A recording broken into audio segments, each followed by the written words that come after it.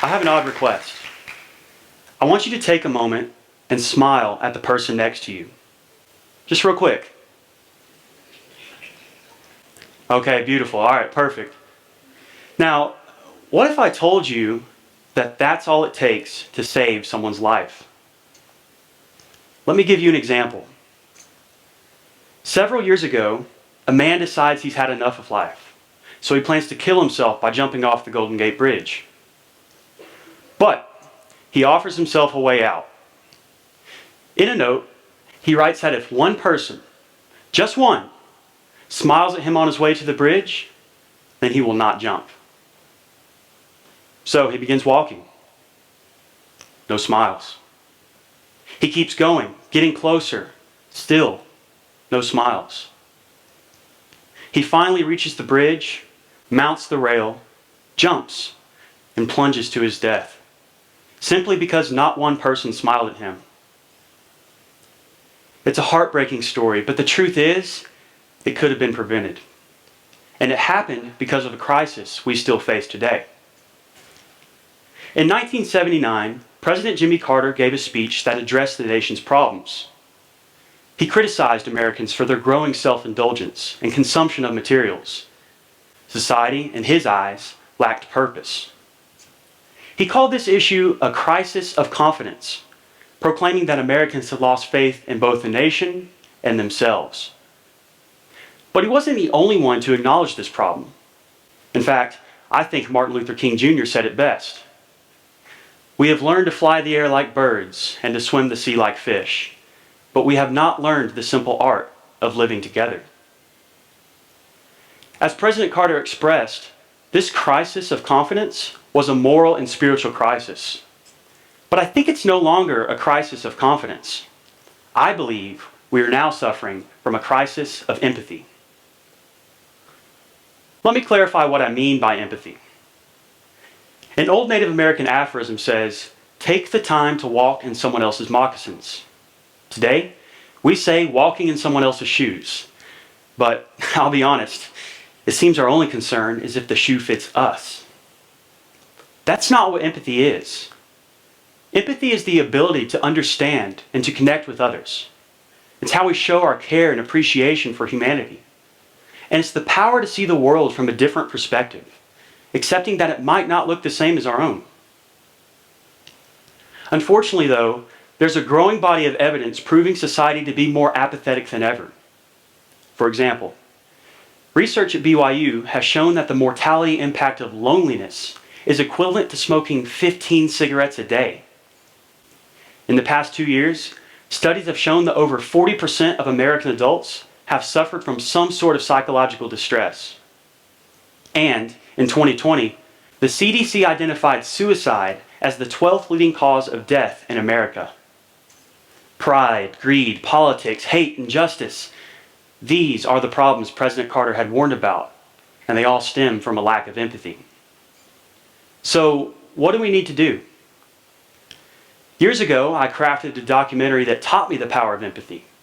The documentary focused on Carl, a homeless man, who remarkably overcame adversity and challenged the status quo. Despite his success, Carl's own personal world was tragic. Suffering from bipolar disorder, he was treated with electroshock therapy. Some of his closest friends, including his psychiatrist, were victims of suicide, something Carl also attempted. Yet, he still managed to get off the streets for a period of time. Like the man at the Golden Gate Bridge, Carl was once a consequence of the national problems recognized by both Carter and King. By contrast, Carl was empowered, and the Golden Gate Bridge jumper was not. So, what made the difference? I've spent a great deal of time considering this challenge, and I got to thinking, how do we solve this? Is there even a resolution to this moral dilemma? Let me make a suggestion. For Carl, it wasn't food or clothes or shelter that rescued him from being homeless. Instead, people rescued Carl from the streets. Friends cared for Carl. Others listened to him. People heard and felt his pain and suffering. Acts of empathy were what energized Carl to change his circumstances, to feel valued again. For that reason, I've concluded that the best way to solve this crisis starts with us, with the art of active listening. Listening is an act of empathy, connecting us as humans. In the case of Carl, the solution to his own personal crisis was simply being heard. Even more so, the path that led him off the streets became his most defining quality: listening. Could you imagine if someone had listened to or even smiled at the man at the Golden Gate Bridge? Listening is not just about being quiet. As a matter of fact, it's about being active, to be present, engaged, and compassionate. Now, I know what you're thinking. This sounds like a lot of work. And it is. Listening is powerful, and it's our duty as humans to actively engage with others. But don't panic. Listening is an intrinsic skill, one that we are all capable of, and I will share with you how to tap into that ability within each of us. The psychologist Erich Fromm said there are 6 rules for active listening. For the sake of simplicity, I have condensed them to 3. Number 1, attention. We as listeners should be free from any other thoughts. Dietrich Bonhoeffer said that inattentive listening is only waiting for a chance to speak and to get rid of the other person. He called this type of listening half-eared. So, to be a great listener, one should be, in his logic, full-eared. Number 2, affirmation. We should show by our words and actions that the other person is worthwhile. A nod of the head or simply restating the other person's words is a great start. Number 3, emotion.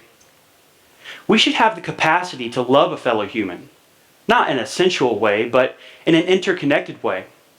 It's called agape in the Bible, this boundless, universal love. It's what Martin Luther King Jr. perceived as the recognition of the fact that all life is interrelated. And it's the type of love Mr. Rogers modeled in his television show, to be neighborly with one another. Great listeners like you and me use this type of love to connect with humanity. Is this process easy though? Heck no. In fact, listening takes extreme courage. Listening requires us to open our hearts and minds to be willing to walk in another's shoes. Do you realize how vulnerable this can make us? Don't be mistaken, vulnerability does not mean weakness. As a matter of fact, it's much the opposite. Vulnerability makes us stronger. It's what strengthens relationships. I find it fascinating that in Latin, the root of courage is cor, which means of the heart. So if courage is of the heart, and if listening takes courage, then the act of listening is an act of love. Maybe that's why our society seems so broken, so disconnected from each other. Perhaps it's just because we all want to be loved, and we really just don't know how. Listening empowers us to love humankind. It's how we learn to care and appreciate our earthly counterparts.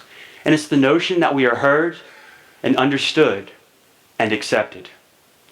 My friends, that is empathy. And by actively listening to others, we can finally solve this crisis. Let me wrap up. I was recently in Austin, Texas, and while I was looking for the state capitol building, I happened to wander off course, getting completely lost.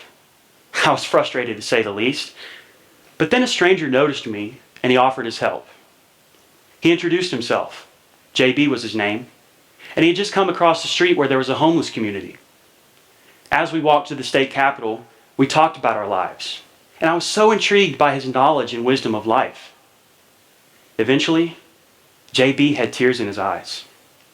I asked him why, and he told me that this was one of the first times someone had truly listened to him, that he normally gets kicked around like a pebble, which is small and insignificant. At that point, we reached the state capitol and I had to go. So I bought him lunch and we took a picture. He thanked me, shook my hand, and scurried off, reignited with happiness. Now, I don't know if I'll ever see JB again, but I do know that by listening to him, I might have brightened his day. And you know what? He also brightened mine. By listening to others, by truly hearing them, we can restore human connection, and come together as brothers and sisters of the world. Thank you.